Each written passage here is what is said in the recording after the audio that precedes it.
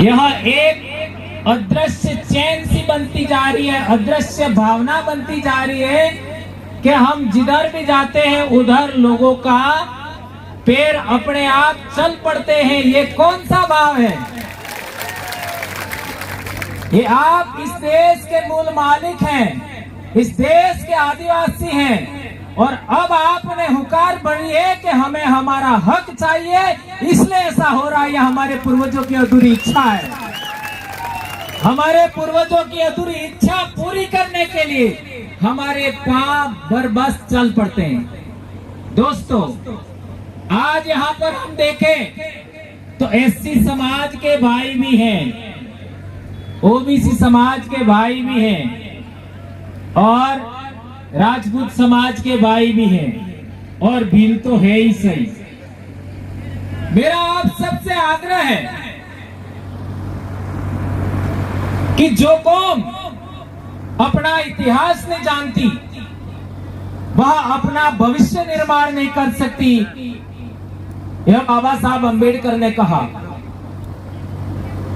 और इस बात को आज पूरे देश भर में जन जागरण के माध्यम से बड़े पैमाने पर काम चल रहा है। मारवाड़ की धरती पर संभवतः मैं पहली बार ऐसा देख रहा हूं कि आदिवासी परिवार की व्यवस्था के अनुरूप हमारे सांसद नीचे बैठे हैं, एमएलए नीचे बैठे हैं लोगों के बीच में।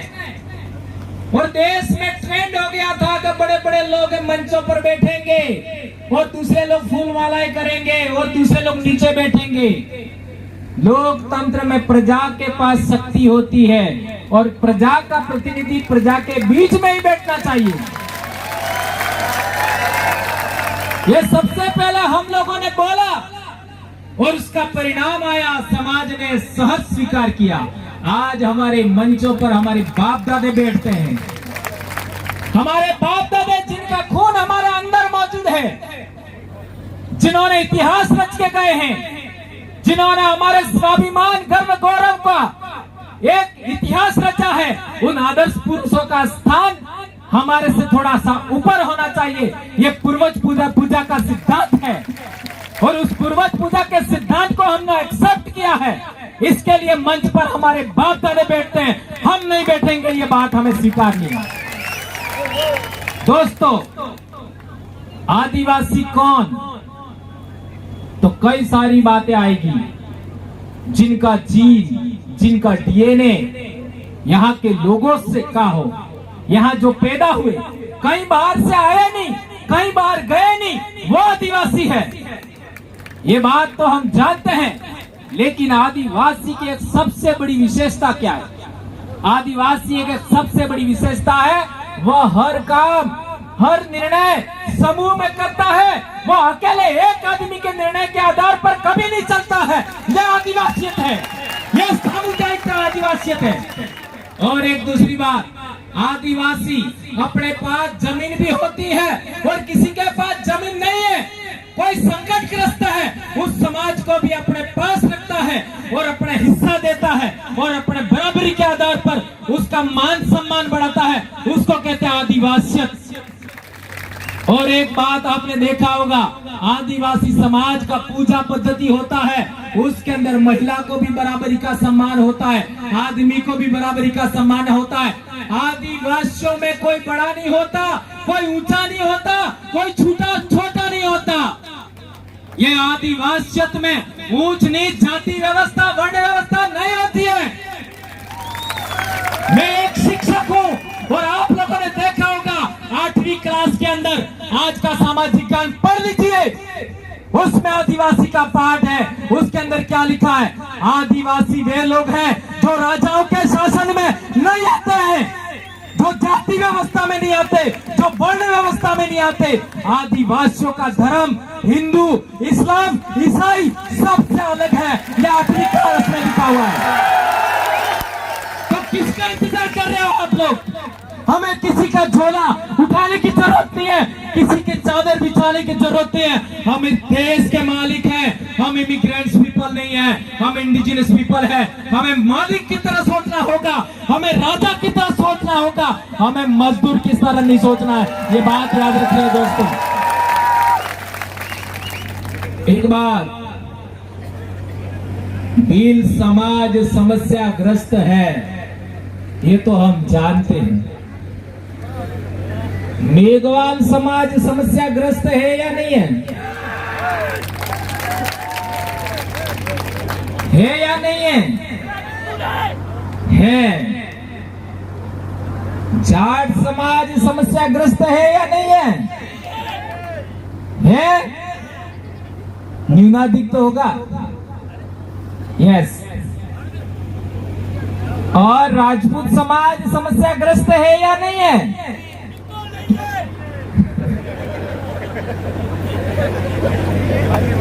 चलो आपने ऐसा कहा, उसको मैं मान लेता हूं। एक पॉइंट के लिए सिंगल, भील समाज व्यापार कर पाता है कि नहीं कर पाता है? नहीं कर पाता है। और राजपूत समाज व्यापार कर पाता है या नहीं कर पाता है? क्यों नहीं कर पाता है? ये सिमिलरिटी क्यों है? मेरे को पढ़ाने वाले टीचर, वो भी चौहान थे मेरे गांव के, उनको मैंने सवाल पूछा। क्या सवाल पूछा? वो भी जिंदा है, भट्टी साहब आपका आमंत्रण है, वहां आकर के उनको पूछ सकते हो, क्योंकि आप ही बैठे हुए मेरे सामने सुन रहे हैं। वो मेरे स्कूल में आए, यार भंवरजीत आप लोग आदिवासी के बारे में बहुत बोलते हैं, तू तो मेरा बच्चा है यार, मैंने पढ़ाया तेरे को। तो मैंने सर से सवाल किया, 2 सवाल दूसरे हैं लेकिन वो नहीं बताऊंगा मैं, जल्दबाजी होगा। एक सवाल जो मैंने उनको पूछा, वही पूछा कि हमारा समाज व्यापार नहीं कर पाता है और आपका समाज भी व्यापार क्यों नहीं कर पाता है, उसका जवाब दीजिए। मैं स्टूडेंट था, वो शिष्य, वो गुरु थे। उन्होंने काफी सोचा समझा और उन्होंने क्या कहा वो भी अभी मैं नहीं बताऊंगा, है ना। लेकिन एक बात आपके सामने फिर रख के जा रहा हूं कि 6वीं शताब्दी में हमारा क्या सह संबंध है, ये देखिए। फिर हम लोगों को बात करनी चाहिए। बेशक मारवाड़ की धरती पर इंद्र मेघवाल की बात आई है और वो शायद जितेंद्र जी मेघवाल की बात आई है, कार्तिक भील की बात आई है, हमारे उदयपुर में पूजा भील की बात आई है, हम बेशक जानते हैं। लेकिन हम लोगों को समस्या को समझना है। मैं इतिहास का स्टूडेंट हूं और मेरी जिंदगी मैंने इतिहास के पीछे लगाई है, तो मैं कहना चाहता हूं इतिहास समझिए। और इतिहास के आधार पर मैं ये भी स्वीकारता हूं, मानता हूं कि राजपूत समाज भी समस्याग्रस्त है। भले आप लोग समझ लीजिए, कोई दिक्कत नहीं है। यदि राजपूत समाज समस्याग्रस्त नहीं होता तो गुजरात में शेखावत जी का पगड़ी क्यों उछला?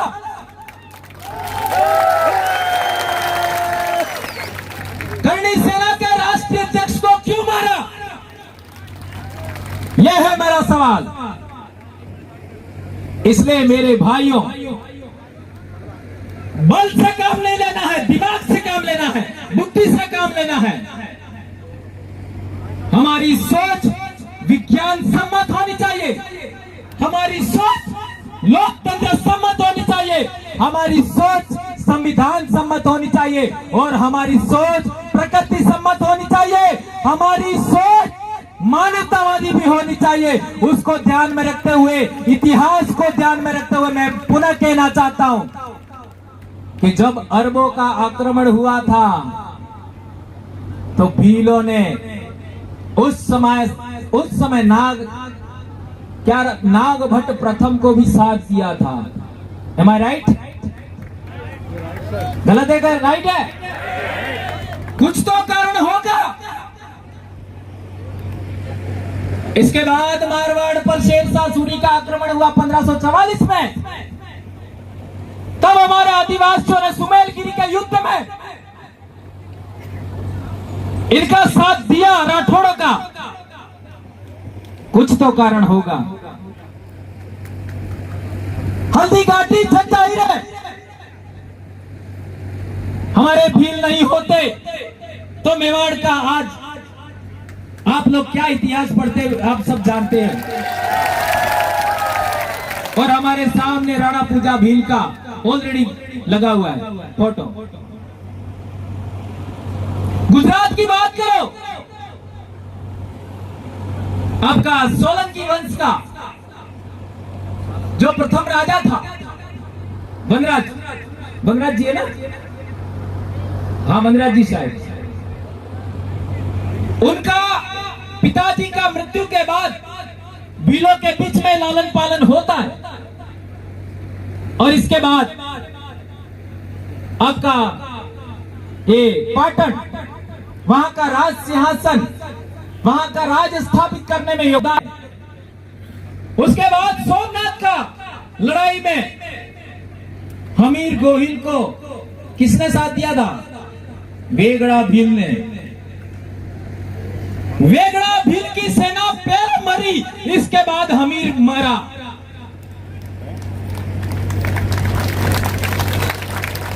इसलिए मेरा पुनः सवाल है, राजपूत समाज व्यापार नहीं कर पाता है, भील समाज भी व्यापार नहीं कर पाता है, उसका कारण क्या? जब अरबों का आक्रमण हुआ हमारे इलाके में, तब चित्तौड़ पर मानमोरी का राज था और सिंध में भी मानमोरी के परिवार का ही राज था। और आज सिंध में सोना राजपूत है, वो कौन है? जांच करिएगा। आज के इतिहास पर नहीं, उस जमाने के पुरातात्विक अवशेष, उस समय के यात्रा विवरण का सहारा लेकर के आप जांच करिए। मैं आपको बहुत बड़ी समस्या के लिए ये उदाहरण दिया। वो समस्या क्या है? वो समस्या ये है कि हमारी आपसी गुत्थम गुत्था में एक दूसरे को पछाड़ने के चक्कर में हम राजा से रंग हो गए, राजा से रंग हो गए, राजा से प्रजा हो गए, और आज हम दूसरों की दरिया बिछाने का काम कर रहे हैं। इसलिए मेरा आप सबसे आग्रह है, हमारी समस्या क्या है? हमारी समस्या है, एक और बात मैं भूल गया था, खानवा का युद्ध हुआ। उस खानवा के युद्ध में भी हमारे भीलों ने साथ दिया था, राणा सांगा का। और एक बड़ी बात सोचिए, जिनके दिमाग में धर्म का क्या कहते हैं, हिलोरे मारती है भावनाएं। खानवा युद्ध हुआ बयाना के आसपास, उस युद्ध में सेनापति कौन था? जो अपने 12,000 सैनिकों के साथ में रणभूमि में खेत रहा, हकीम खां सूर। हल्दीघाटी के युद्ध में भी क्या नाम था? है? सेनापति क्या नाम था? नहीं, मान सिंह जी नहीं, वो मुस्लिम थे।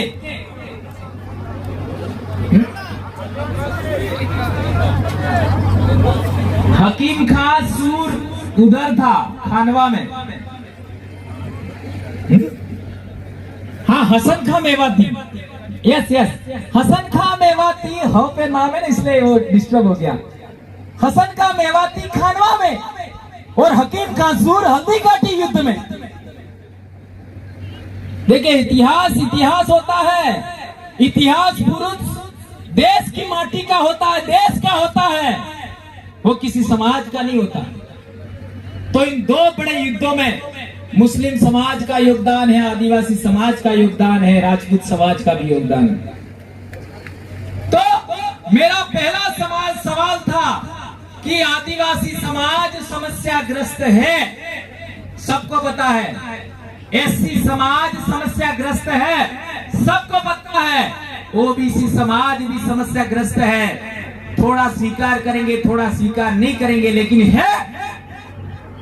यदि नहीं है तो मेरा सवाल है, ओबीसी समाज की 52% प्रजा है इस देश में, क्या 52% उनका नौकरियों में योगदान है? नहीं है। और यदि राजपूत समाज समस्याग्रस्त नहीं है तो शासन में उनकी जनसंख्या के अनुपात में हिस्सेदारी है? नहीं है। प्रशासन में हिस्सेदारी है? नहीं है। इसलिए मैं कहना चाहता हूं, समस्याग्रस्त लोगों को लोकतंत्र के रहते, संविधान के रहते साथ आना चाहिए। अपनी अंदरूनी बातें खत्म करके सामाजिक भाईचारा खत्म कर रखा कायम करना चाहिए। और यदि सामाजिक भाईचारा कायम करेंगे हम लोग सभी समस्याग्रस्त समाज, तो हमारे इलाके को बदनाम कभी नहीं होने देंगे हम लोग कि हम आपस में लड़ने वाले लोग हैं, एक दूसरे का शोषण करने वाले लोग हैं, एक दूसरे को दबाने वाले लोग हैं। ये बात राजस्थान से सदा के लिए खत्म हो जाएगी। इसके बाद कार्तिक भील का कोई हत्या नहीं होगा, इंद्र मेघवाल की घटना नहीं होगी, जितेंद्र भील की घटना नहीं होगी, पूजा भील की घटना कभी नहीं होगी। इसलिए मैं कहना चाहता हूं, समस्या क्यों है ये पकड़िए, और समस्या है तो समस्या का कारण भी होगा, ये बात पकड़िए। समस्या है तो समस्या का कारण है। अब सवाल पैदा होता है कि समस्या का कारण क्या है। जब समस्या का कारण पता लगाओगे तो समस्या का समाधान होगा। अब मेरा सवाल है कि तुम लोगों को आज तक जमीन का पट्टा नहीं मिला, उस समस्या का कारण क्या है? तुम्हारे लोगों का आज तक जमीन राजस्थान टेनेंसी एक्ट में आप लोगों का प्रावधान होने के बावजूद आप लोगों की जमीन दूसरे लोगों ने छीन ली, या आपने धार्मिक क्रियाक्रम के माध्यम से आपकी जमीन बेच दी। कौन सा प्रावधान कहता है कि आदिवासी की जमीन दूसरे लोग खरीद सकते हैं? क्या है कोई प्रावधान? ऐसा कोई प्रावधान है क्या आदिवासी की जमीन कोई खरीद सकता है? नहीं है प्रावधान। इसका मतलब इलीगल हुआ। हमारे इलाके में भी आदिवासियों की जमीन नहीं खरीदी जा सकती, इसके बावजूद लोग खरीद रहे हैं। तो समस्या का कारण यह है कि तुम्हारी आवाज राज में नहीं है। जो राजा होता है वो निर्णय लेने काबिल होता है, राजा होता है वो निर्णय लेता है। आपका समाज निर्णय नहीं ले पा रहा है, इसलिए समस्या है। क्या ये बात आप स्वीकार करते हैं? कौन कौन स्वीकार करता है? हाथ ऊंचा करो जरा। बहुत बड़ी बात। तो आपको निर्णय लेने लायक बनना है। तो पहला, यदि आप मानते हो तो मैं जो कह रहा हूं उसको आप समर्थन दे सकते हैं, नहीं भी दे सकते, आपको समझ में आए तो ही देना, ठीक है? आदिवासी समाज की जमीन का रक्षण करने का आश्वासन दे, उसी को ही ठप्पा लगाना चाहिए। क्या ऐसा होना चाहिए? है? समझ में आया कि नहीं? आदिवासियों की जमीन का रक्षण करने का आश्वासन दे, और वो किस पर देना चाहिए? है? कागज पर के मुंह जबानी? कम से कम स्टाम्प पेपर तो होना ही चाहिए, होना चाहिए। इस तरीके की बात रखनी होगी आपको। हमने हमारे इलाके में ऐसा ही बातें रखी थी सबसे पहले, आदिवासियों का रक्षण सबसे पहले, और वो भी ये आश्वासन हमको राजनेताओं से चाहिए, क्योंकि शासन में वो बैठते हैं। दूसरी बात, आदिवासियों की एट्रोसिटी होती है तो वो नेता वहां खड़ा रहना चाहिए हमारे पक्ष में। ऐसा होना चाहिए कि नहीं होना चाहिए? हमारे इलाके में भी नहीं होता है। लेकिन अब धीरे धीरे फिजा बदलने लगी है। तो यदि ये बात, ये दूसरी बात भी आप स्वीकार करोगे तो आपके इलाके में भी ये बात होगी। तीसरी महत्वपूर्ण बात जिसको लेकर आज मीटिंग है, मैं ऐसा कहना चाहता हूं कि इस इलाके में ही भिल समाज का दिक्कत नहीं है। जो हमारे चंबल और बनास नदी की घाटी है उस इलाके में भी आदिवासी लोग परेशान हैं। अजमेर भीलवाड़ा के आसपास भी लोग परेशान हैं, उनका भी ऐसी तरीके की मांग है। तो महाराष्ट्र का उदाहरण देता हूं मैं। आप लोग औरंगाबाद चले जाओ, जालना चले जाओ, बीड चले जाओ, यवतमाल चले जाओ, जलगांव चले जाओ, अहमदनगर चले जाओ, पुणे चले जाओ, महाराष्ट्र की बात कर रहा हूं। वहां 25 किलोमीटर इधर, 25 किलोमीटर इधर, 25 इधर, 25 इधर, कहीं पर भी शेड्यूल्ड एरिया नहीं है, यानी 5वीं अनुसूची का इलाका नहीं है। लेकिन यह बीच में आदिवासी बाहुल्य गांव है तो वो 5वीं अनुसूची के तहत नोटिफाइड है, वो शेड्यूल्ड एरिया है। यदि इसी तरीके का राजस्थान में हो जाए तो कितना इलाका शेड्यूल्ड एरिया हो जाएगा?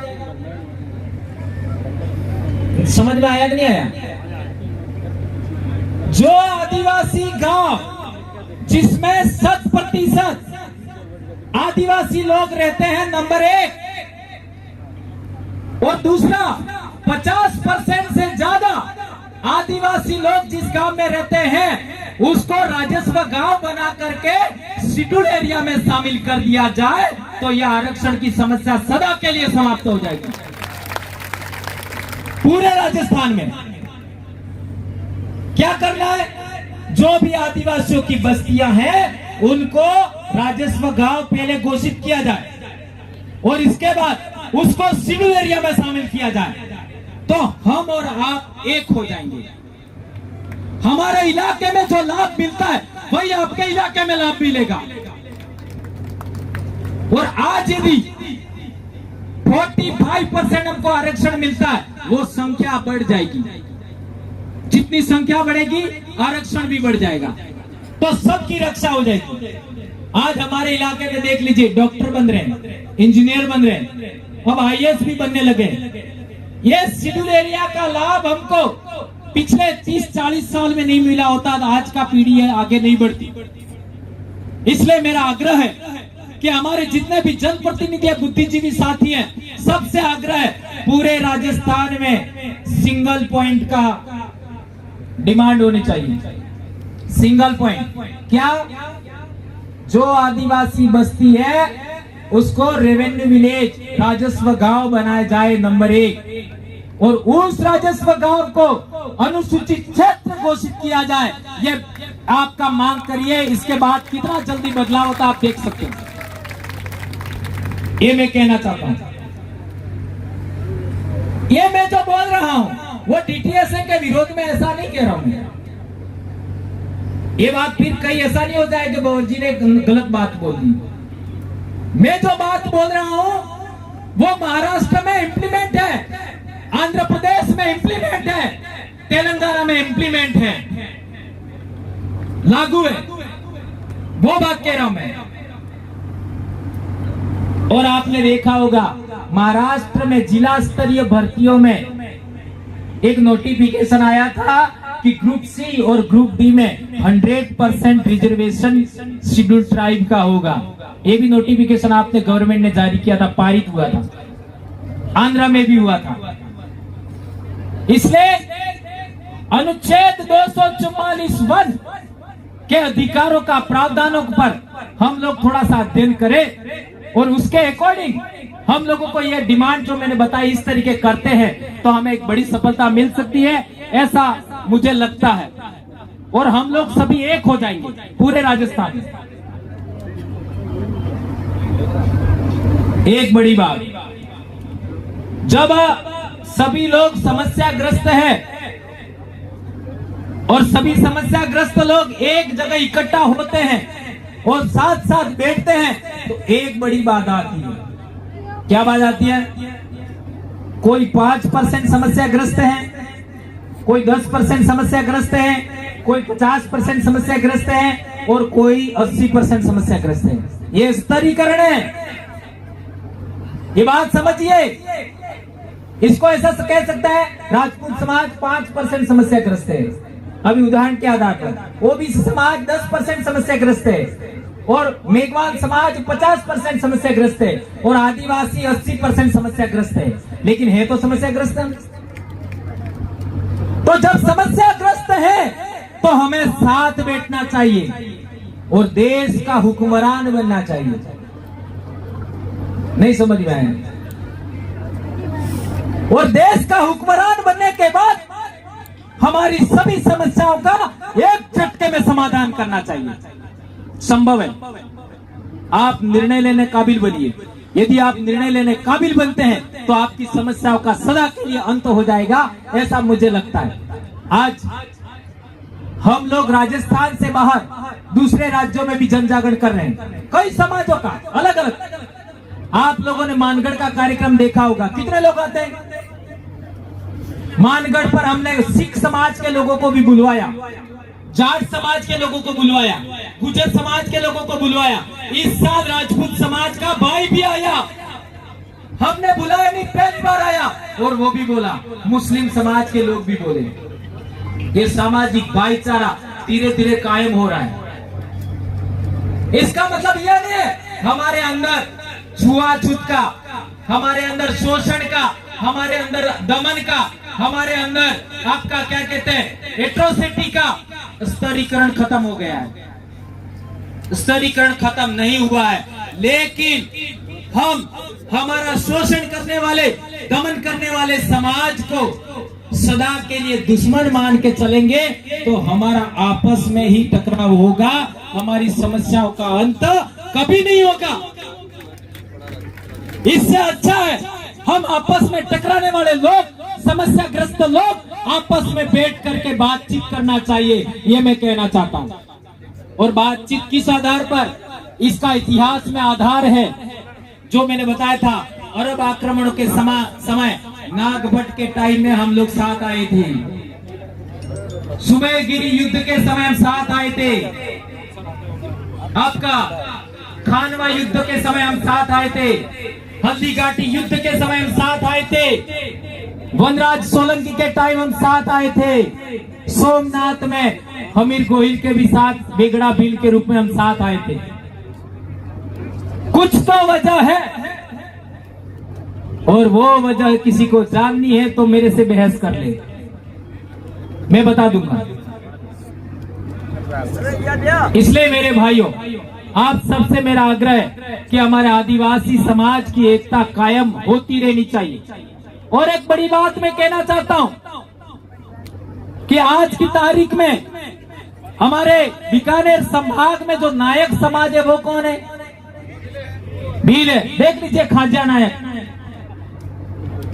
ये मध्य प्रदेश में नायक हैं, वो भील है। गुजरात में रूप सिंह भील और आपका परमेश्वर नायक, ये दोनों नायक लगाते हैं, रूप सिंह नायक, परमेश्वर नायक। और महाराष्ट्र में पिछले दिनों हम गए थे, है ना, तो वहां पर राघोजी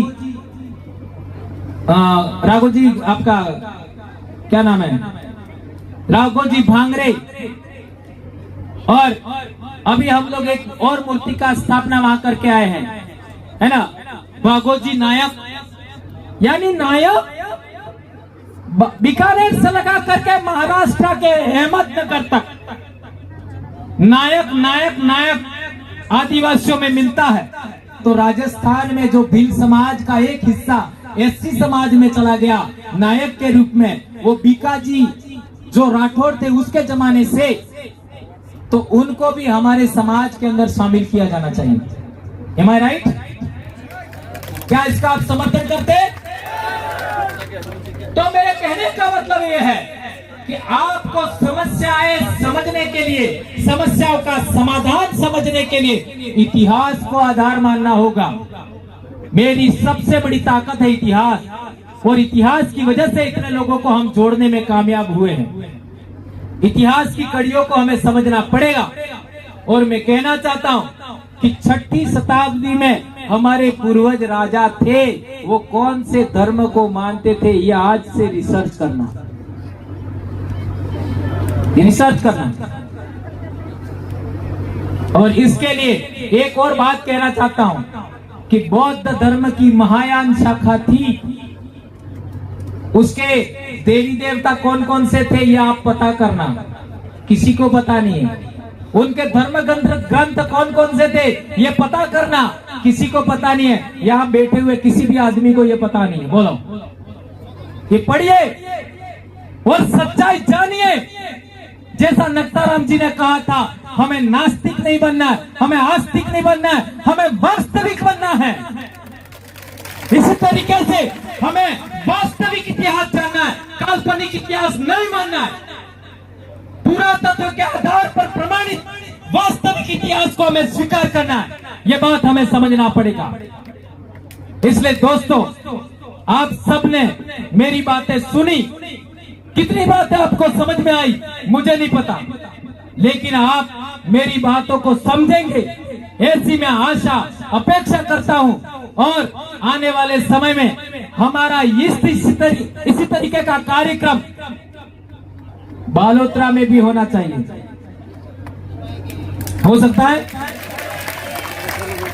हो सकता है क्या?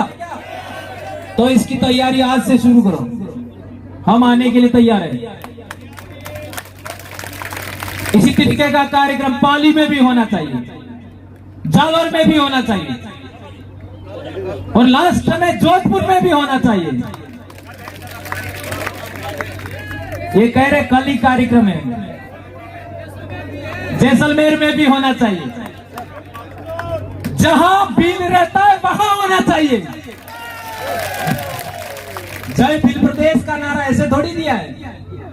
इसलिए आप सबसे मेरा आग्रह है कि इस कौम को जोड़ने में, हमारी कौम जुड़ेगी तो दूसरी कौमें भी हमारे साथ आएगी। एससी भी साथ आएंगे, ओबीसी भी साथ आएंगे, और जाट तो ऑलरेडी कबीलाई कौम है, गुजर कबीलाई कौम है, सभी राजपूत समाज भी साथ आएगा, ऐसा मेरे को दिखता है ना। इतिहास के आधार पर मेरी तीसरी आंख भी है।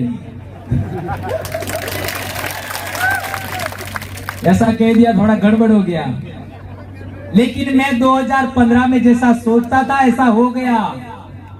मैंने सोचा था कि मैं जब 50 साल का होऊंगा तब क्या होना चाहिए वो हो गया। और हजारों लोग हमको रोकने का प्रयास करते हैं, जो लोग हमको रोकने का प्रयास करते हैं वो स्वयं रुक जाते हैं। इसलिए मैं कहता हूं, भील पूर्वजों की अदृश्य शक्ति हमारे साथ काम करती है। ये भील पूर्वज हमारे भगवान है, ये भील पूर्वज हमारे ईश्वर है। और मैं कहता हूं, जो जिंदा इंसान है उस जिंदा इंसान के साथ में हमें सबका कल्याण करने वाली संस्कृति, सबके साथ भाईचारा कायम करते हुए, सबके साथ न्यायपूर्ण व्यवहार करते हुए हमें राष्ट्र का निर्माण करता है, आदिवासी राष्ट्र का निर्माण करना है। ये बात मैं कहना चाहता हूं। जय आदिवासी, जय जोहार, जय भील प्रदेश, जय भारत, जय संविधान, जय बिरसा मुंडा, जय टंट्या भील, जय राणा पूजा भील। धन्यवाद, बहुत बहुत धन्यवाद सर। एक बार जोरदार करतल ध्वनि से आपका बहुत बहुत आभार। मैं आपके